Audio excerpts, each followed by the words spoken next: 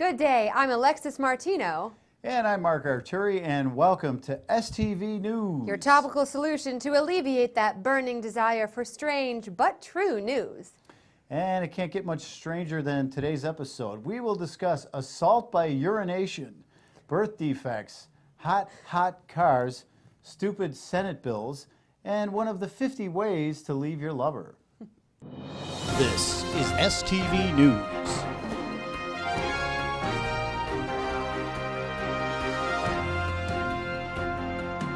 50-year-old Michael Jones told a magistrate in Westminster, England in May that he did not assault a police officer when he urinated on him at a railway station a month earlier.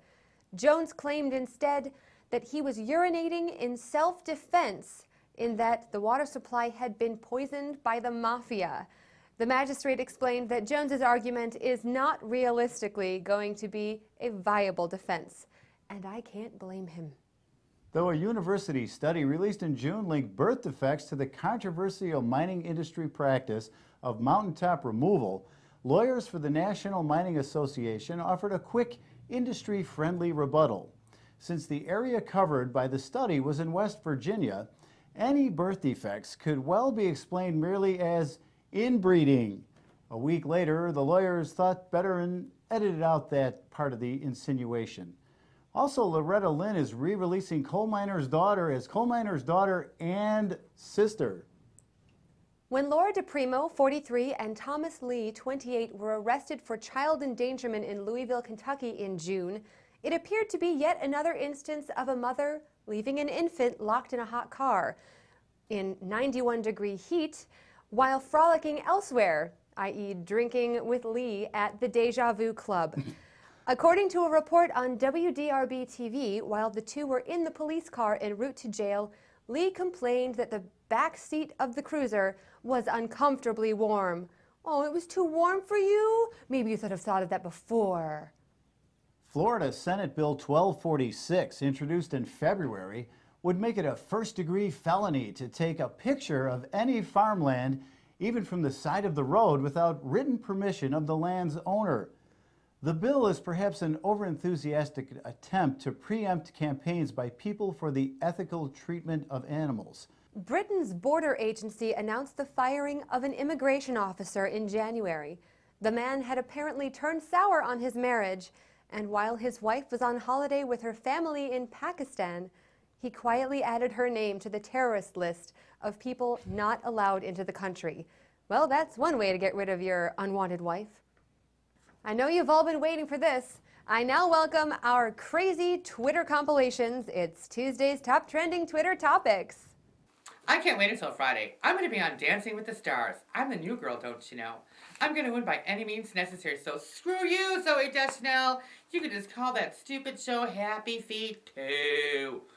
It's part of my mindless behavior, like Halloween costumes after the most trusted repeal of Don't Ask, Don't Tell. Now let's get on to our fabulous resident fashionista giving us her opinion on the Emmy red carpet fashions. Without further ado, Danielle Minzenberger. Hey, all you cool kids. Well, I felt it was my duty, as the resident fashionista to provide my own coverage of the looks seen on the red carpet at the 2011 Primetime Emmys. So, without further ado, here are my special opinions on the do's and don'ts the stars deign to don. Here's Paula Abdul sporting the garage sale bridesmaid, and the adorable duo John Krasinski and Emily Blunt in what I could only label elegance and class. I call this, Can I Borrow Your Cheese Grater? And Glee's Leah McKellar hit a high note with this saucy number, while Jane Momet's rendition of How Much Is That Doggy in the Window fell upon deaf ears. Tragedy. In other news, we hear you, Sofia Vergara. I found Heidi Klum growing in the back of my fridge. Pop goes perfection. And Chris Colfer seriously needs to quit stealing my hair. That's all for me tonight, my lovelies. If you see a trend that you love or that you never want to see again, send me a picture at Danielle@smarttvstudios.com. Good night. Until next time, stay classy. Girl, you rock that hair way better than he does. But did you see Gwyneth's outfit? What was it? It was like this midriff thing with an open back. She is too old for that. No. Well, I don't even know who Chris Kofer is, but at some point he'll probably wind up playing quarterback for the Bears. So now for your weekly update for the Bears, it's Barely Educated with our guy Rolando El Oso Perez. Good day, everyone, and welcome to another edition of Barely Educated. So we lost this past Sunday and got our asses handed to us. Once again, proving that Jerry Angelo still has not fully addressed this offensive line issue. Bear fans, think on the bright side of things like I do, and try to have a short-term memory and yell and swear as much as you want right after the game. This way you let it out and you don't hold on to it during the week.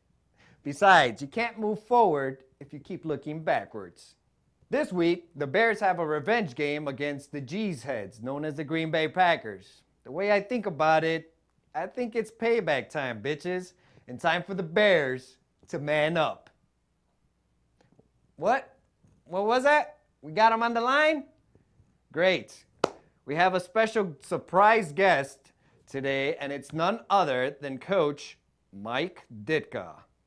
And we get to ask him one question. Coach, I just want to know if you see the Bears offense as a hybrid of what Mike Martz had back in St. Louis, or how do you see it? You can't. Now, they had pretty good players back there. I remember the quarterback was pretty good. I remember that guy Falk was pretty good. They had some other people, good receivers. I think they're using a lot of the same things, yes. But, then again, you can only do what your talent lets you do. You can't, it's silly to say, okay, I'm going to take this guy and I'm going to get him to run a 5-mile race. And the guy is 6'6", 275 pounds. Come on.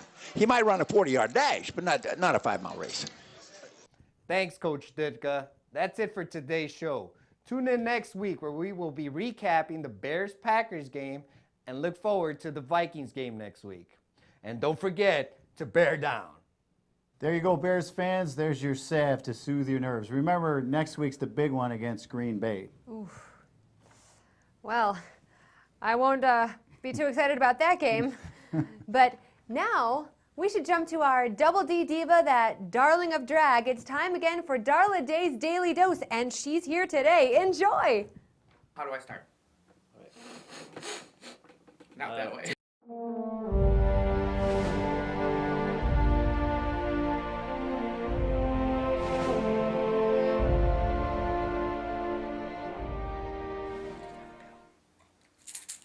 Oh, Mama's little helper.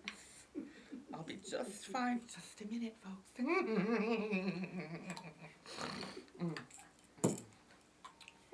Hi.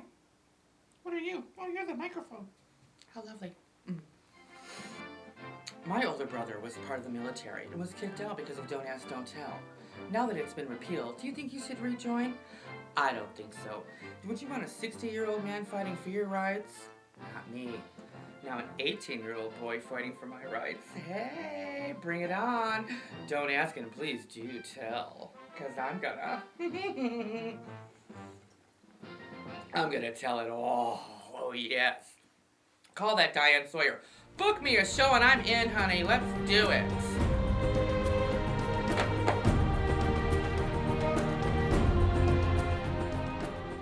Well, that's all for today's ridiculous newscast with our still surprising true stories. It is hard to believe all these stories are based in truth. But remember, people, don't forget to like us on Facebook and follow us on Twitter. Until next week, I'm Mark Arturi. And I'm Alexis Martino. Stay sassy, people.